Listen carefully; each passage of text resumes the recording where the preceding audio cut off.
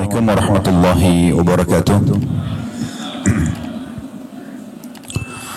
Alhamdulillah, lisan kita selalu memuji Sang Pencipta Allah atas segala nikmat yang dilimpahkan kepada kita,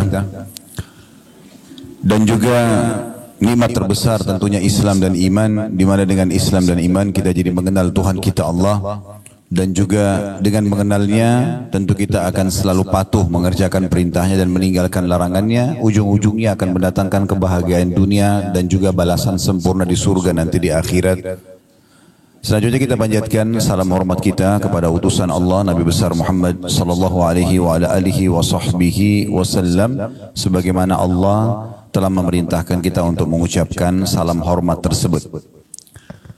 Tentu tanpa mengurangi penghormatan kepada seluruh pengurus Dewan Dakwah mungkin, dan mungkin bagian divisi haji ya, atau siapapun yang menjadi penyebab acara ini. Jazakumullah khairan karena sudah memberikan kesempatan kami untuk hadir di sini, dan tentu saya duduk di sini bukan karena lebih tahu dan lebih pintar daripada Bapak Ibu sekalian, tetapi kita menjalankan firman Allah Subhanahu wa taala, fadzakir fa inna dzikra tanfa'ul mu'minin. Saling memberikan peringatan karena peringatan itu sangat bermanfaat bagi orang-orang beriman.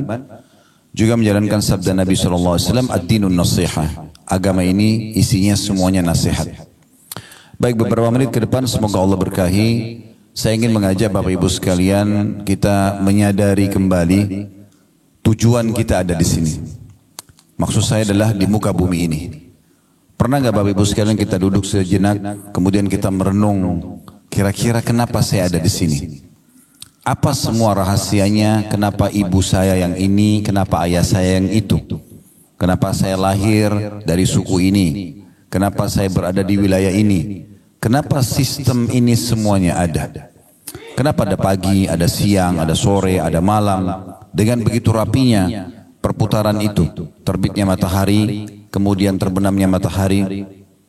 Begitu juga dengan pergantian siang malam, pergantian musim. Semua di sekitar kita ada tumbuh-tumbuhan dengan beragam macam jenisnya. Ada hewan-hewan juga dengan beragam macam jenisnya. Dengan semua memiliki karakter-karakter tersendiri. Dan segala macam hal. Bahkan di diri kita sendiri, sungguh terdapat keajaiban yang luar biasa. Siapa yang telah menata kedua mata kita seperti ini? Kenapa bukan 3 mata misalnya? Kenapa tangan 2, jari setiap tangan memiliki 5 jari. Begitu juga kita memiliki 2 kaki. Dan seluruh perangkat yang ada di tubuh kita ini yang luar biasa. Di mana manusia ini hanya memilih dan menikmati. Tidak lebih daripada itu. Di saat Bapak Ibu lapar, maka kita hanya memilih pengen makan apa. Yang gurih, yang manis. Di saat kita haus juga tinggal memilih. Setelah itu kita menikmatinya. Lewat makanan dan minuman tersebut, ukuran sepertiga jari kita saja di tenggorokan kita sudah tidak pernah ada ikut campur lagi di makanan dan minuman tersebut. Yang mana komposisi zat besinya dan intinya menjadi nutrisi buat tubuh itu akan diserap dengan sebuah sistem raksasa dalam tubuh kita. Kemudian yang tidak dibutuhkan akan menjadi kotoran yang harus kita keluarkan juga tertata dengan sistem yang rapi. Jadi semua ini, apa tadi yang kami sampaikan itu memberikan jawaban kepada kita kalau kita ini punya Tuhan. Ada yang mengatur semua ini. Dan jawaban atas pertanyaan saya tadi, apa kira-kira tujuan kita ada di sini? Allah telah kekalkan dalam Al-Quran sebagai Tuhan yang menciptakan kita dalam surah Az-Zariyat, surah nomor 51 ayat 56. Ayat yang masyhur, wa ma khalaqtul jinna wal insa illa liya'budun. Aku tidak ciptakan jin dan manusia kecuali untuk menyembahku, patuh kepadaku. Jadi kalau ada yang bertanya apakah memang saya diciptakan untuk sholat? Jawabannya iya. Apakah saya diciptakan untuk puasa? Iya. Baca Quran, jenguk orang sakit, bakti sama orang tua, berzikir, berdoa. Memang itu tujuannya. Tidak ada tujuan lain. Jadi Bapak Ibu tidak usah repot-repot cari tujuan lain. Selain daripada mengabdi kepada Allah, bukan tujuan hidup kita. Hanya sia-sia saja. Jadi kalau orang banyak membuang waktu dalam kelalaian selain ketaatan kepada Allah Subhanahu wa taala, menghabiskan waktu misalnya pada hal-hal yang sia-sia walaupun sifatnya mubah, kalau terlalu banyak juga di sana, maka akan sia-sia dan orang akan menyesal. Dalam sebuah hadis riwayat Al-Baihaqi, Nabi SAW menyebutkan nanti ahli surga pun pada saat masuk ke dalam surga akan menyesali waktu-waktu yang mereka lalui selama di dunia yang mereka lalaikan dari ketaatan. Sudah pasti masuk surga, udah dapat fasilitas di sana, tapi mereka masih menyesali kenapa masih ada waktu dulu di dunia digunakan selain daripada pengabdian kepada Allah. Mengabdi kepada Allah ini indah sekali. Mengabdi kepada Tuhan indah sekali. Sholat itu kalau tidak ada kenikmatannya, tidak akan dijaga oleh orang-orang yang memang menikmati sholat itu. Sebagaimana juga maksiat, ada kenikmatannya. Tetapi kedua kenikmatan ini tidak akan pernah bisa disatukan. Tidak akan pernah bisa disatukan. Kalau orang sudah menikmati sholat, dia sudah komitmen menjaga setiap azan dia sholat misalnya, dia jaga 5 waktu sholat itu, maka pasti kenikmatan lawannya, yaitu meninggalkan sholat akan hilang dari dia. Bahkan dia akan mengatakan, kenapa orang itu nggak sholat ya, sayang benar. Begitu juga sebaliknya, kalau orang meninggalkan sholat, yang merupakan maksiat kepada Allah, maka kenikmatan sholatnya akan hilang. Oleh karena itu Bapak Ibu sekalian, kita harus betul-betul kembali kepada tujuan utama kita diciptakan, dan kemudian kita mengejar apa yang Allah janjikan sepanjang hidup kita. Itu target dalam kehidupan. Mulai sekarang ke depannya tidak lagi kelalaian yang kita lakukan. Semuanya kita harus tahu, detik demi detik ini bermakna atau tidak. Sebagian ulama salaf itu sampai Bapak Ibu sekalian kalau mereka masuk ke WC, mereka menyuruh anak mereka untuk membaca kitab di depan pintu WC agar dia tidak sia-sia. Karena di WC nggak bisa berzikir, tapi dia tidak mau ada detik-detik masa hidupnya yang lewat tanpa ada ibadahnya. Yang penting dia dengar ilmu supaya ada faedahnya. Sampai seperti itu. Apalagi kalau mereka sedang tidak di WC, mereka akan terus tersibukkan dari ilmu ke ilmu. Mungkin nama Imam Nawawi rahimahullah tidak asing buat kita. Beliau meninggal di umur 39 tahun, belum 40 tahun sudah meninggal. Tapi siapa yang tidak kenal karya Imam Nawawi rahimahullah? Beliau dalam satu hari belajar di 13 guru dengan membahas 13 kitab yang berbeda. Ketika kalau Bapak Ibu hadir di pengajian seperti ini 1 jam misalnya, itu berarti satu tema. Imam Nawawi satu hari 13 kitab di 13 guru yang berbeda. Jadi dari pagi sampai malam sibuk dengan ilmu. Tidak ada waktu untuk hal-hal yang selain tujuan hidupnya. Belajar agama supaya dia tahu panduan hidupnya, kemudian dia mengerjakan apa yang diperintahkan dan meninggalkan apa yang dilarang. Itu orang yang memahami tentang masalah tujuan hidupnya. Orang yang memahami tujuan hidup ini juga akan mengetahui tentang masalah takdir, keputusan Allah Subhanahu wa taala. Karena kita sedang membahas tema pilihan Allah terbaik, maka kita tidak pasti luput membahas masalah takdir. Tolong digarisbawahi Bapak Ibu sekalian, Allah Subhanahu wa taala tidak menentukan takdir buruk. Semua takdir Allah itu baik. Semua takdir Allah baik. Allah menentukan semuanya dengan hikmahnya. Jadi cara memahaminya adalah semua Allah catatkan baik walaupun itu buruk di mata seorang hamba. Misal contoh, Bapak Ibu rasa setiap hari lapar kan? Rasa haus, rasa capek. Siapa di antara kita yang tidak pernah sakit misalnya? Tapi mungkin di mata manusia itu tidak enak. Karena kalau ditanya apakah Anda mau lapar, Anda akan katakan tidak. Mau haus, Anda akan katakan tidak. Mau capek, Anda katakan tidak. Tetapi kalau kita lihat dengan kacamata agama, secara spiritual atau secara keimanan, maka kita akan faham ternyata semua itu dengan takdir yang luar biasa dari Allah Subhanahu wa taala baik. Karena dengan lapar akan nikmat seseorang itu makan. Dengan haus akan nikmat seseorang itu minum. Dengan capek akan nikmat seseorang itu istirahat. Coba bayangkan Bapak Ibu sekalian kalau kita sudah kenyang, habis makan 2 piring makanan misalnya, sudah sangat kenyang, lalu ditawarkan lagi ayam goreng, kambing bakar, masih mau makan kira-kira? Enggak.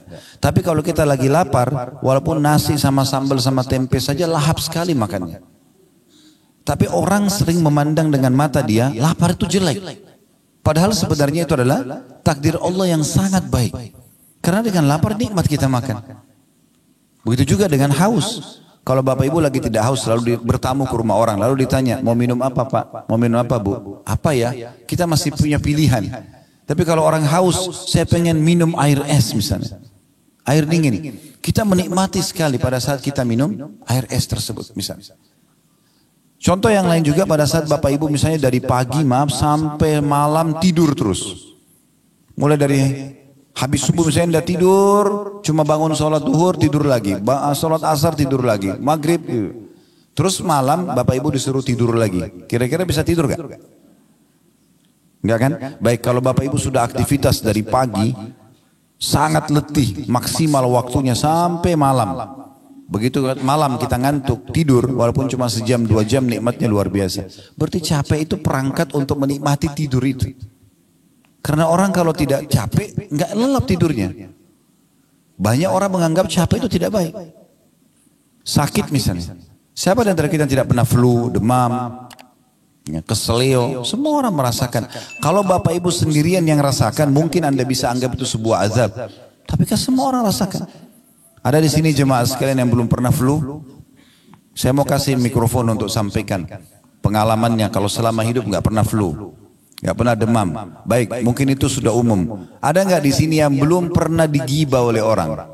Selama hidup nggak pernah digosipin, nggak pernah difitnah. Ada? Kalau ada, tolong naik ke sini sampaikan pengalamannya. Artinya itu standar kan? Semua orang merasakan. Lalu apa hikmahnya? Kenapa harus ada ujian ini? Supaya kita tahu nikmatnya lawannya. Misalnya kalau sakit kita tahu nikmatnya sehat. Di saat kita lagi meriang, hikmah Allah Subhanahu wa taala sebagai takdir yang baik di situ. Kalau kita lagi sakit meriang, di depan kita ada orang yang sehat lagi minum air es, air dingin. Kita akan mengatakan enak benar ya pada saat kita sehat. Jadi kita bisa menilai itu. Karena manusia kalau tidak dikasih rambu-rambu seperti ini, dia akan lost control. Dia akan lupakan semua nikmat ini. Maka ujian-ujian yang datang justru untuk mendatangkan penilaian positif terhadap nikmat Allah yang sedang Allah berikan kepada kita. Ini poin yang harus kita ketahui teman-teman sekalian. Dan cukup banyak pendapat-pendapat ulama, dalil-dalil yang berhubungan dengan masalah ini.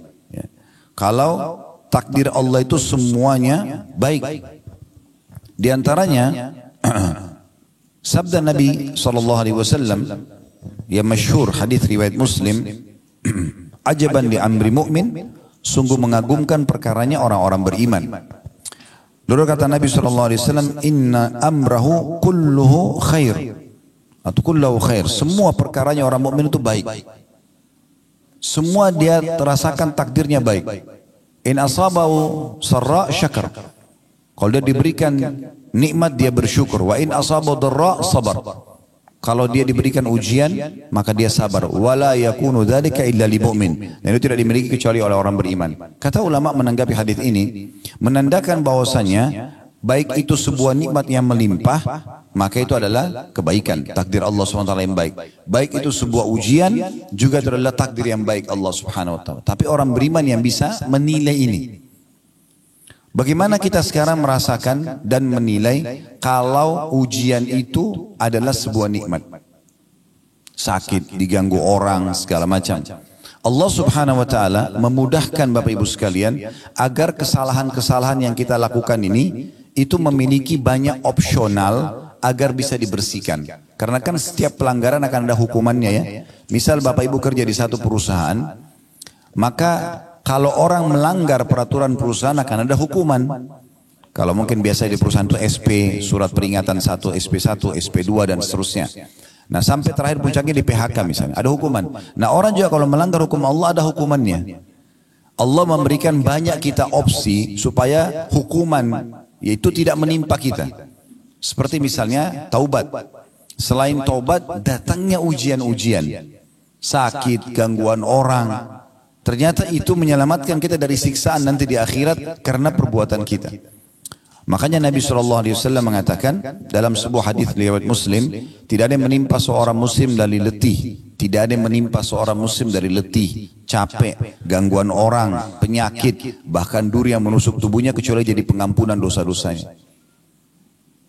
Kalau ada sesuatu yang Bapak Ibu tidak suka terjadi dalam hidup, perhatikan baik-baik. Kalau itu memang menimpa Anda dan tidak umum menimpa orang, biasanya memang disebabkan karena kesalahan kita sendiri. Ada orang sengaja balap-balap, ugal-ugalan, jatuh, patah, tabrakan, lumpuh karena perbuatan dia. Nah orang banyak menilai juga ini sebagai takdir buruk, sebenarnya tidak. Bukan seperti itu. Bahkan kemahamurahan Sang Pencipta Allah ini luar biasa Bapak Ibu sekalian. Sampai-sampai Allah memberikan kita kebebasan sepenuhnya untuk memilih. Bapak Ibu pada saat mau hadir di sini tadi, kan tidak ada dalam syariat Islam harus pakai baju warna ini. Hari Senin misalnya harus pakai baju warna ini, hari Selasa harus pakai warna ini, ya harus pakai penutup kepala warna ini, tidak ada sama sekali. Yang ada disuruh pakai pakaian tutup aurat, selesai. Setelah itu bebas kita. Kan begitu. Dan terlalu banyak khiyarat atau pilihan-pilihan yang Allah berikan kepada kita, termasuk dalam memilih makanan, memilih minuman, memilih tempat kerja, memilih pasangan hidup, semua di tangan kita. Di saat seseorang mau menikah misalnya, Allah hanya mudahkan dia memiliki pilihan 1, 2, 3, 4, 5, lalu dia yang tentukan, saya mau nikah sama si A. Ada perusahaan A, B, C, dia mau kerja, dia tinggal tentukan, saya mau kerja di perusahaan B misalnya. Semua diberikan kesempatan. Bahkan lebih besar daripada itu, untuk beriman ataupun kafir kepada Allah, Allah mengatakan faman syaa'a falyu'min wa man syaa'a falyakfur.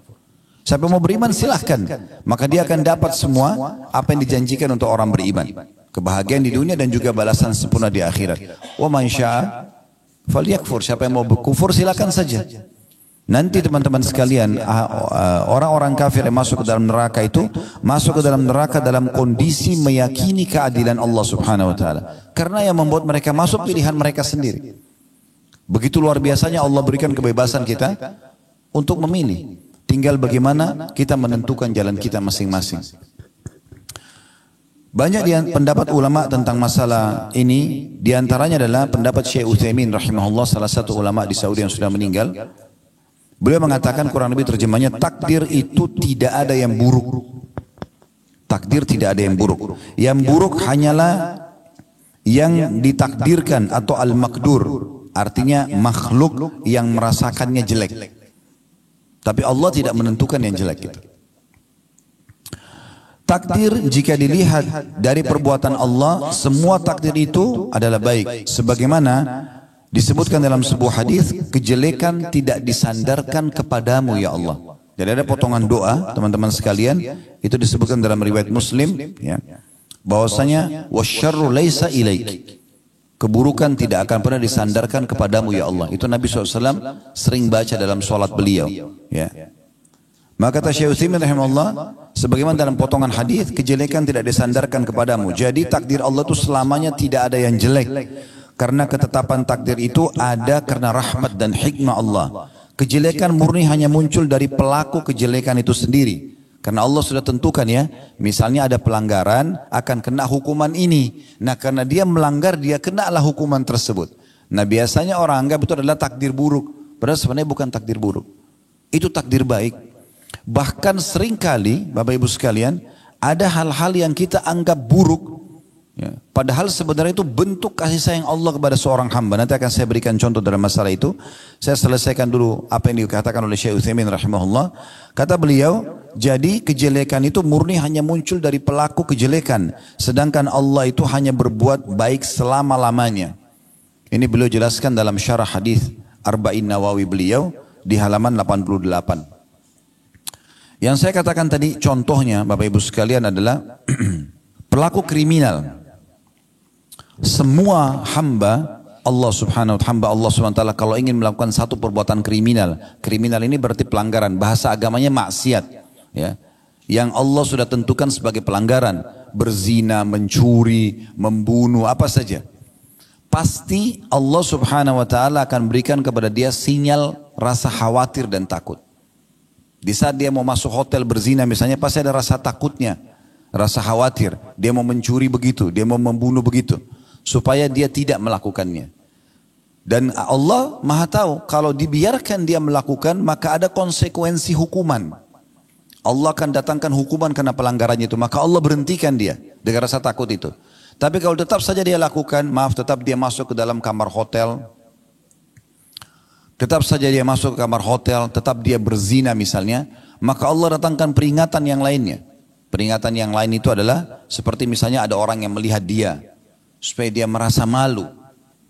Kalau dia tidak mau juga tahu itu, tetap diulangi terus perbuatannya, peringatan lebih besar datang. Sampai pada tingkat ada orang yang terjadi gempa, rubuh hotel tersebut, ditemukan jenazahnya lagi dalam kondisi tidak berpakaian. Allah permalukan. Itu pun semuanya dengan hikmah Allah Subhanahu wa taala. Karena kalau dibiarkan akan lebih berat hukumannya nanti di akhirat. Seorang pencuri misalnya, sebelum dia mencuri punya rasa takut. Allah datangkan, kalau dia berhenti maka dia akan aman. Tapi ternyata tetap aja dia mencuri. Allah datangkan sinyal yang kedua. Dilihat oleh orang lain tapi mungkin belum kepergok, belum ketangkap. Tapi sudah mulai orang tahu, oh si fulan itu pernah mencuri misalnya. Supaya dia kembali. Tetap dia mencuri, maka Allah buat dia kepergok. Puncaknya adalah ditangkap oleh massa, mulai digebukin. Pada saat digebukin pun seorang maling itu sebenarnya, itu bentuk kasih sayang Allah. Karena kalau tidak digebukin, dia tidak mau berhenti orang ini. Maka Allah punya cara memberhentikan dia, supaya dia tidak mengulanginya. Berapa banyak orang yang diuji dengan penyakit kronis, diuji dengan segala macam hal, ternyata itu ada hikmah yang sangat besar. Ada seorang anak muda di rumah sakit di Riyadh, kejadian nyata Bapak Ibu sekalian. Dia naik mobil, bawa mobil terus tabrakan, kakinya patah. Subhanallah, sudah 3 tahun di rumah sakit. Satu waktu ada seorang syekh datang.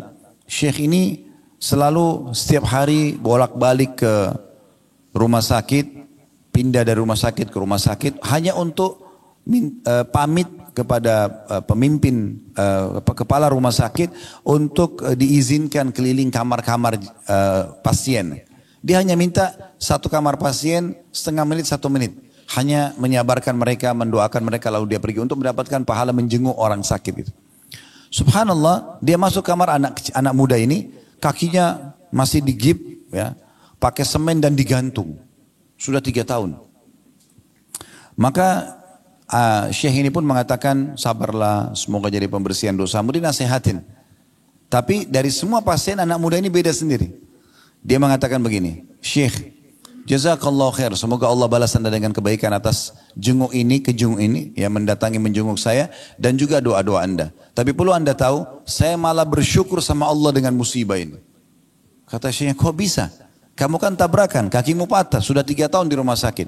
Dia bilang, Syekh, saya dulu ini termasuk anak muda yang lalai, malas sekali ibadah. Nggak pernah sholat, ugal-ugalan. Itu sampai saya kejadian tabrakan itu, karena ugal-ugalan. Selalu jauh dari agama Allah. Waktu awal saya tabrakan dan kaki saya patah dimasukkan ke rumah sakit ini, saya marah sekali. Tidak bisa menerima keputusan Allah. Saya terus saja berkeluh kesah. Tapi karena memang dasarnya kaki saya patah, saya nggak bisa buat apa-apa. Dokter pun nggak bisa buat apa-apa. Sampai akhirnya saya pun mulai merenung, mulai berpikir, sampai pada puncak saya merasakan ini adalah bentuk kasih sayang Allah. Karena kalau saya tidak diginikan, saya memang tidak mau berhenti dulu ugal-ugalan, balap-balap, ganggu orang, mabuk-mabukan, ganggu, buat banyak kesalahan. Maka dia pun, ya mungkin Bapak Ibu maaf kalau mengatakan bagaimana bisa di Saudi ada orang mabuk, itu mungkin ada juga orang jual beli transaksi narkotika, ada orang ditangkap lalu dihukum oleh pemerintah, ada terjadi itu di sana. Yang jelas dia bilang, dan sekarang setelah saya bisa menerima takdir Allah itu, karena saya punya banyak waktu di kamar rumah sakit ini, maka saya pun bisa leluasa ibadah. Sekarang saya beritakan berita gembira, Syekh, saya nggak pernah tinggalkan sholat 5 waktu, on time. Yang kedua, saya sekarang hafal 30 juz Al-Quran. Di atas ranjang ini saya hafal 30 juz Al-Quran. Karena saya banyak waktu, hanya saya mulai baca Quran, saya mulai hafal, dan sekarang saya hafal Quran. Dan saya bersyukur dengan Allah atas ujian ini. Subhanallah, semua penuh dengan hikmah. Ada kisah yang lain, seorang dosen di Ummul Qura, Dr. Muhammad, beliau menceritakan dalam salah satu ceramahnya, saya hanya menukil ini tentang bagaimana kita memahami keputusan Allah itu luar biasa. Sangat baik sebenarnya. Tapi tinggal bagaimana makhluk ini kita sebagai hamba berhusnudzon, bersangka baik kepada Allah, walaupun buruk di mata kita. Beliau menceritakan tentang seorang sahabatnya melamar seorang wanita. Setelah sepakat, sudah cocok semuanya, ditentukan hari pernikahan. Subhanallah, 2 minggu sebelum acara pernikahan, tiba-tiba saja tanpa sebab apa-apa, pihak perempuan, si anak perempuannya membatalkan pernikahan. Dan dia mohon-mohon sama orang tuanya, tolong batalkan pernikahannya, saya tidak mau nikah sama laki-laki ini. Maka si laki-laki ini bingung, apa sebabnya? Dia coba konfirmasi, karena ini sudah deal, sudah oke, tanggal sekian akan menikah. 2 minggu lagi akan ada acara, undangan sudah disebarluaskan. Ini gimana memahaminya, ini bagaimana cara menanggapi masalah ini? Maka dia tanya ke orang tua perempuan itu, mereka bilang kami tidak bisa buat apa-apa. Kami sudah coba ngerayu anak ini, kami sudah jelaskan tentang menjaga nama baik, kami sudah jelaskan pernikahan itu baik dalam agama, tapi tetap aja dia tidak mau. Pokoknya dia minta dibatalin. Kata Dr. Muhammad, beliau mengatakan akhirnya dibatalkan pernikahan tersebut.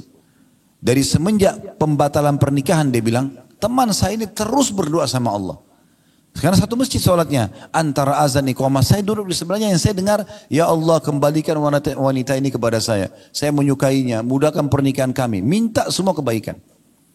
Dia bilang saking seringnya berdoa ini, antara azan dan iqamah, kalau lagi ketemu misalnya sholat malam sama-sama, dia berdoa lagi sama, kalau apa saja kesempatan ibadah dia selalu berdoa, minta khusus untuk kembali wanita itu suka sama dia dan mau menikah. Kata Dr. Muhammad, saking saya prihatinnya sama dia sampai saya mengatakan, saya pun angkat tangan ke langit mengatakan, ya Allah mudahkan buat teman saya. Tapi subhanallah, berjalan sampai 2 pekan berturut-turut, lewatlah hari H kesepakatan pernikahan, perempuan ini dilamar oleh laki-laki lain, menikah dia. Perempuan itu menikah sama laki-laki lain. Coba bayangkan kalau kita di posisi orang ini berat sekali gitu. Karena dia sudah oke, dia sudah suka, perempuan itu suka, tiba-tiba batal tanpa sebab. Ditanya kenapa, pokoknya sudah tidak mau aja. Dan akhirnya menikah sama orang lain. Kata Dr. Muhammad, setelah menikah tentu laki-laki ini sudah batalin doanya ya. Karena kita tidak boleh minta orang cerai sama suaminya. Gitu kan. Tidak boleh juga tidak ada juga poliandri dalam Islam. Nggak boleh perempuan punya 2 suami gitu. Dia berhentikan doa. Lalu dia bilang, Dr. Muhammad yang cerita, saya baru melihat hikmah Allah subhanahu wa ta'ala bagaimana sayangnya Allah sama teman saya ini. Justru setelah wanita itu nikah sama laki-laki yang jadi suaminya sekarang. Sebulan setelah pernikahan, payudara perempuan ini, itu sebelah kanan kena kanker ganas dan harus dipotong. Ini bulan pertama pernikahan. Ya kalau kita bilang Indonesia masih bulan madu. Bulan kedua, kanker itu tumpahnya menyebar ke payudara sebelah kiri dan juga harus dipotong. Ini kisah nyata. Dan bulan ketiga, urat saraf otak bagian belakang wanita ini itu ada bermasalah sampai membuat kedua matanya buta. Dan di bulan keempat wanita itu meninggal dunia.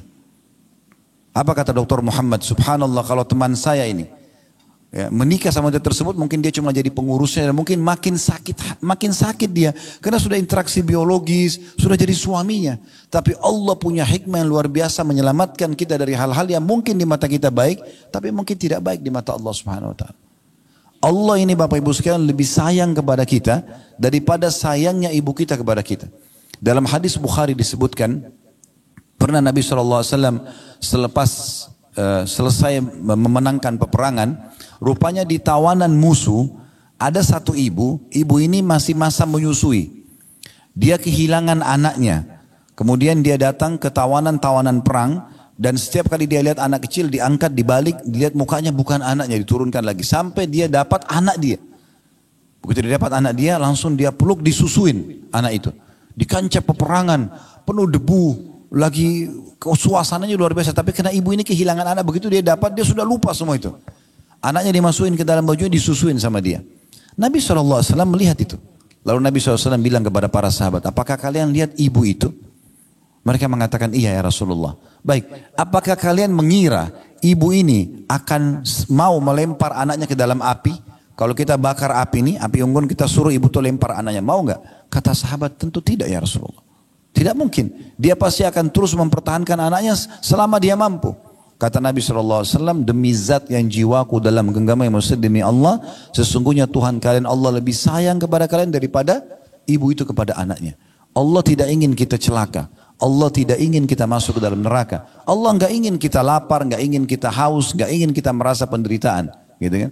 Tetapi sering kali terjadi ujian-ujian itu karena perilaku hamba itu sendiri. Dia penyebabnya. Dia melakukan pelanggaran agama yang akhirnya memang Allah sudah tentukan sebagai takdir keputusannya akan kena hukuman ini misalnya. Seperti itu. Jadi kita tinggal berhusnudzon dengan Allah Subhanahu wa taala. Kapan kita sudah berbuat baik, kita pertahankan. Kapan kita berbuat yang salah, kita segera bertaubat. Orang yang segera kembali ke Allah Subhanahu wa taala, maka secara otomatis ya, dia akan mendapatkan yang terbaik dari Allah Subhanahu wa taala. Ada juga satu kisah yang lain. Ini kebetulan kisah nyata. Seorang wanita pernah berteman sama istri saya. Berjalan rumah tangga si teman istri saya ini, kalau tidak salah 15 tahun. Mereka nggak punya anak. Entah kenapa, subhanallah, si laki-laki si suaminya ini orang baik, suka bekerja, dia bekerja di tempat yang benar, juga dia sebagai suami yang ideal.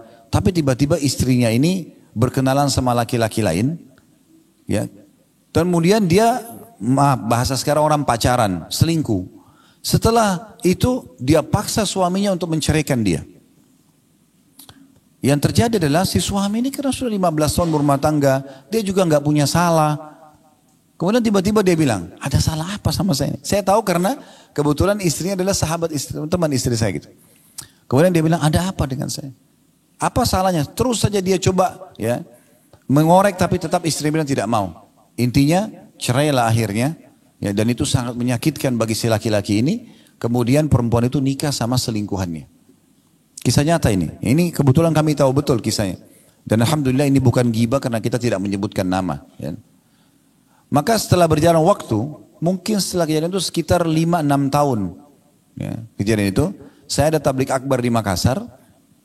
Setelah selesai tablik akbar bubar, ada orang dari jauh salam sama saya. Assalamualaikum. Saya kurang kenal gitu. Karena performanya sudah berubah. Ya. Lebih agamis lah gitu ya. Pakaiannya segala macam penampilannya. Kemudian setelah dekat baru dia sebut namanya. Saya si Fulan. Ustaz masih ingat. Oh ternyata ini adalah suaminya perempuan itu. Yang 6 tahun lalu atau 5 tahun lalu ditinggal sama istrinya. Istri selingkuh terus nikah sama selingkuhannya. Kalau setelah itu saya putus kontak gitu. 6 tahun kemudian 5-6 tahun kemudian saya ketemu. Ternyata dia orang ini. Dan hadir di tablik akbar kami. Terus saya karena merasa prihatin, saya masih ingat kasus dia, selalu saya tanya, maaf. Jadi setelah tanya kabar segala macam, lalu bagaimana kejadiannya? Oh alhamdulillah dia bilang. Orang ini bilang, suami tadi si perempuan yang selingkuh itu. Alhamdulillah. Oh kenapa alhamdulillah? Alhamdulillah setelah saya ditinggalkan dulu memang saya sempat terpukul. Karena istri saya meninggalkan saya, apalagi nikah sama laki-laki lain. Tapi setelah itu saya sempat vakum tuh berapa bulan, berapa waktu gitu saya tidak tahu harus buat apa. Sampai akhirnya saya bangkit kembali, saya sangka baik sama Allah, saya menikah. Sekarang saya diberikan oleh Allah istri yang salehah dan Allah karunia sekarang saya anak atau 2 atau 3 dia bilang. Dulunya dia nikah 15 tahun gak punya anak. Istrinya juga jauh dari agama, tidak berhijab segala macam. Sekarang Allah kasih gantinya wanita salihah, punya anak dan dia sangat bahagia. Subhanallah. Kata Nabi SAW apa? Innamas sadmatu fil ula. Sebenarnya pukulan yang dirasakan dari ujian itu hanya di awal saja. Setelahnya itu sudah jadi biasa sebenarnya. Tinggal bagaimana kita harus memahami poin penting Bapak Ibu sekalian. Memang dalam kehidupan kita di muka bumi ini ada 2 sayap kita. Kalau saya bahasakan sayap supaya mudah difahami. Sayap yang pertama supaya berimbang. Tapi ini dua-duanya harus berimbang kiri kanan ya. Itu adalah syukur di saat nikmat ada. Sayap kedua, sabar di saat ujian ada. Ini 2 sayap tidak boleh berpisah. Dan dua-duanya ini dengan hikmah Allah SWT. Semua takdirnya Allah baik di situ. Kalau nikmat sedang melimpah, supaya nikmat itu terus bertahan, makan, minum, apa saja kesehatan, keturunan, alhamdulillah kita syukuri. Nah kalau ujian datang, kita sabari. Sabar apa maksudnya? Bukan duduk manis elus dada, tidak. Sabar dalam Islam adalah menerima takdir Allah, kemudian ikhtiar mencari jalan keluar. Contohnya supaya mudah difahami. Kalau Bapak Ibu bangun tidur pagi hari flu, tadi malam tidur nggak sakit nggak apa. Tapi tiba-tiba kita bangun meriang, flu, batuk, tanpa sebab. Di sini perangkatnya adalah sabar. Apa itu sabar? Oh, Allah sedang menguji saya. Terima dulu itu. Ujian diterima dulu. Kemudian ikhtiar, minum obat, ke dokter, minum minuman hangat. Karena ini pasti akan datang dalam ujian kehidupan kita nih. Kenapa tadi saya sudah sebutkan hikmahnya? Di antara hikmah ujian adalah supaya kita bisa menilai besarnya nikmat, kenikmatan gitu. Dan juga supaya kita tahu kita punya Tuhan Allah Subhanahu wa taala yang di saat nikmat melimpah kita syukur, di saat kita sedang ada musibah atau cobaan kita sedang bergantung dan lebih dekat kepadanya.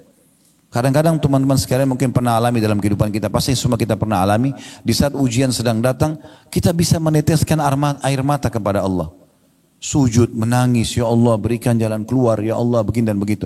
Mungkin di saat sedang musibah itu sudah diangkat oleh Allah, sudah enggak lagi kita mau nangis susah. Itu mahal sekali itu. Saya pernah subhanallah punya pengalaman pribadi di Waktu kami mau buka restoran pertama kali di Kalibata City, sekarang sudah pindah ke Condet. Waktu itu beberapa tahun yang lalu, mungkin sekitar 10 tahun yang lalu, sempat kami bekerja sama satu developer untuk coba bagaimana nih mendesain segala macam. Lama sekali nggak dikerja-kerjain. Berbulan-bulan, sementara sewa berjalan, ini belum selesai-selesai. Coba saya ganti orang lain, yang satu, yang kedua, sampai hanya ketemu alhamdulillah dengan orang yang ketiga kalau nggak salah, itu yang menyelesaikan proyek itu. Tapi subhanallah, di saat itu sedang datang, saya coba nikmati saja.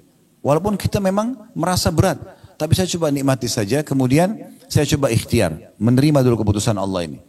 Satu waktu saya ada khutbah Jumat di Otista, di kampus statistik waktu itu, saya datang lebih cepat, sekitar jam 11-an sudah datang, kebetulan saya juga belum sholat duha, saya masuk ke belakang mimbar, kemudian saya sholat di situ. Tahiyat masjid, sholat duha, sambil saya juga berkeluh kesah kepada Allah subhanahu wa ta'ala. Satu lagi sujud, minta dimudahkan urusan ini. Rupanya antara mimbar sama dinding masjid, itu ada celah kecil.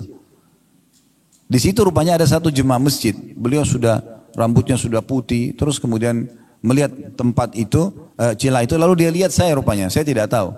Selepas saya sholat, saya keluar dari tempat itu menuju ke depan mimbar, nunggu waktu sholat Jumat untuk naik ke mimbarnya. Terus bapak ini datang kepada saya, setelah salam terus dia bilang, Ustaz, Ustaz sudah pernah susun belum doa-doa? Karena saya kalau biasa khutbah Jumat, kalau di akhir di khutbah kedua, waktu itu saya sering baca semua doa yang dimulai dengan Rabbana, Rabbana. Dan diambil dari ayat Al-Quran. Ini pernah nggak Ustaz susun? Saya bilang, saya belum susun. Insya Allah satu waktu nanti Pak. Terus dia tanya sama saya gitu, tiba-tiba dia bilang, Ustaz, tadi saya lihat dari celah antara mimbar sama tiang ini, Ustaz tadi sujud lama benar. Berdoa apa Ustaz? Saya bilang, saya lagi berkeluh kesah sama Allah Pak. Jadi ada satu pekerjaan yang belum selesai, bagi saya minta pertolongan sama Allah. Dia bilang, terus dia bahasan sama saya, dia ambil pegang rambutnya. Dia bilang, Ustaz, saya sampai rambut saya memutih seperti ini. Karena seluruh kepalanya putih bapak itu, subhanallah, sudah berumur. Dia bilang, saya sampai rambut saya putih seperti ini, belum pernah saya rasakan nikmatnya sujud seperti itu. Saya berharap saya bisa sujud seperti itu. Subhanallah, saya langsung muhasabah, introspeksi diri, saya mengatakan, bagaimana Allah sayang dengan saya, mendatangkan ujian tersebut supaya saya bisa nikmati sujud itu. Mungkin tidak akan dinikmati kalau memang tidak ada ujian. Bahkan orang sholat buru-buru, karena merasa semuanya nikmat sedang melimpah pada dia. Teman-teman sekalian, Allah sangat menyukai kalau ujian sedang ada, datang kepada kita, kita menerimanya. Dan kemudian kita bersyukur kepada Allah subhanahu wa ta'ala atas ujian tersebut dengan cara kita berusaha meningkatkan skill kita dengan cara mencari solusinya. Karena salah satu hikmah ujian adalah kita belajar untuk bisa lebih menguasai sesuatu yang akhirnya menambah pengalaman hidup kita. Karena kalau kita tidak punya pengalaman hidup juga kita jadi vakum dalam kehidupan ini. Itu salah satu juga hikmah daripada ujian tersebut. Baik, kita kembali ke masalah tadi. Nabi SAW mengingatkan perkara orang mukmin kalau diberikan nikmat dia bersyukur, kalau diberikan ujian dia bersabar, gitu kan? Dan ini harus berimbang Bapak Ibu sekalian. Jangan sampai nikmat ada, Bapak Ibu bersyukur. Lagi sehat, lagi ada makanan, ada rezeki, ada pekerjaan, alhamdulillah. Tapi begitu ujian datang, keluh kesah. Ini enggak berimbang hidupnya nanti. Kemudian juga ada orang sebaliknya, kalau ada ujian datang, kayak dia masih miskin misalnya hidupnya, dia bisa terima. Tapi begitu Allah bukain pintu rezeki, dia nggak bersyukur. Ini nggak berimbang. Harus berimbang keduanya. Dan pasti akan datang ujian dalam hidup kita. Dan itu bagaimana kita tinggal bersangka baik sama Allah, menjadikan sebagai momentum untuk belajar dan dapat pengalaman lebih baik lagi. Nabi Muhammad SAW juga diuji. Bahkan Nabi SAW dalam hadis Bukhari pernah dijenguk oleh seorang sahabat.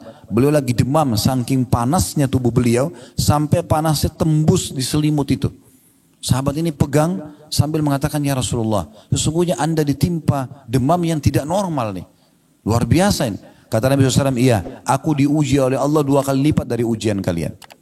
Artinya kalau demamnya kita maksimal 40, mungkin Nabi bisa 80 derajat, itu panas sekali. Ini Nabi nih, kekasih Allah, tapi diuji begitu. Lalu apa kata sahabat ini? Langsung berpikiran sangka baik. Sahabatnya mengatakannya, Rasulullah, kalau begitu apakah berarti anda juga dapat double pahala? Kata Nabi SAW, iya tentunya. Karena sesungguhnya besarnya kadar balasan pahala sesuai dengan besarnya kadar balas ujian. Atau besarnya ujian seseorang hamba. Lalu sahabatnya bertanya, "Ya Rasulullah, siapa orang yang paling berat ujiannya?" Kata Nabi SAW, para nabi-nabi.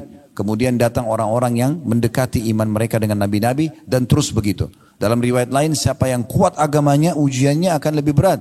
Dan begitu terus orang diuji sampai sesuai dengan kadar kekuatan imannya.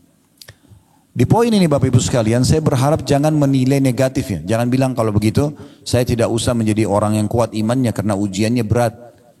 Ini bukan begitu memahaminya. Ujiannya maksudnya adalah di saat ada dua orang yang sedang diuji, misalnya tadi contoh Nabi SAW demam. Kalau orang yang sangat kuat imannya, dia diuji misalnya demamnya, misal 2 hari, orang yang ringan imannya, mungkin diuji 2 hari atau 3 hari demam sembuh. Mungkin orang yang kuat imannya jadi 1 minggu diujinya.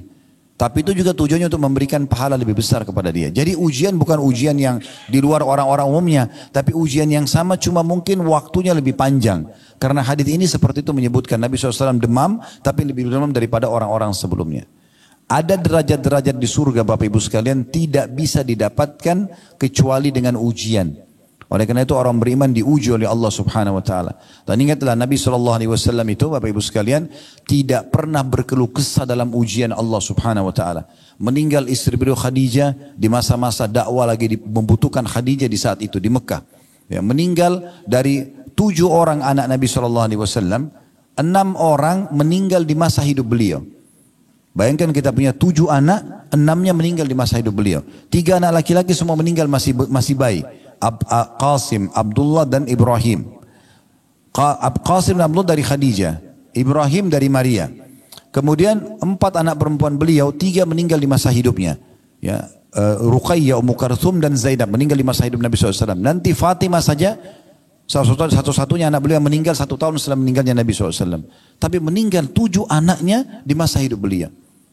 Bagaimana pamannya sendiri Abu Lahab sekaligus besannya menyuruh menceraikan anak Nabi SAW yang kemudian juga dia menjadi musuh utama, paman kandungnya, ya, dan seterusnya. Paman yang dicintai Abu Talib menolong dakwah, tapi setelah hidupnya tidak mau mengucapkan syahadat sampai Nabi SAW sedih. Dan sekian banyak ujian semasa hidup, lagi sujud di depan Ka'bah dilemparin kotoran, ya beliau sabar, diganggu dikatakan penyihir, dukun, penyamun, pendusta, beliau biasa saja.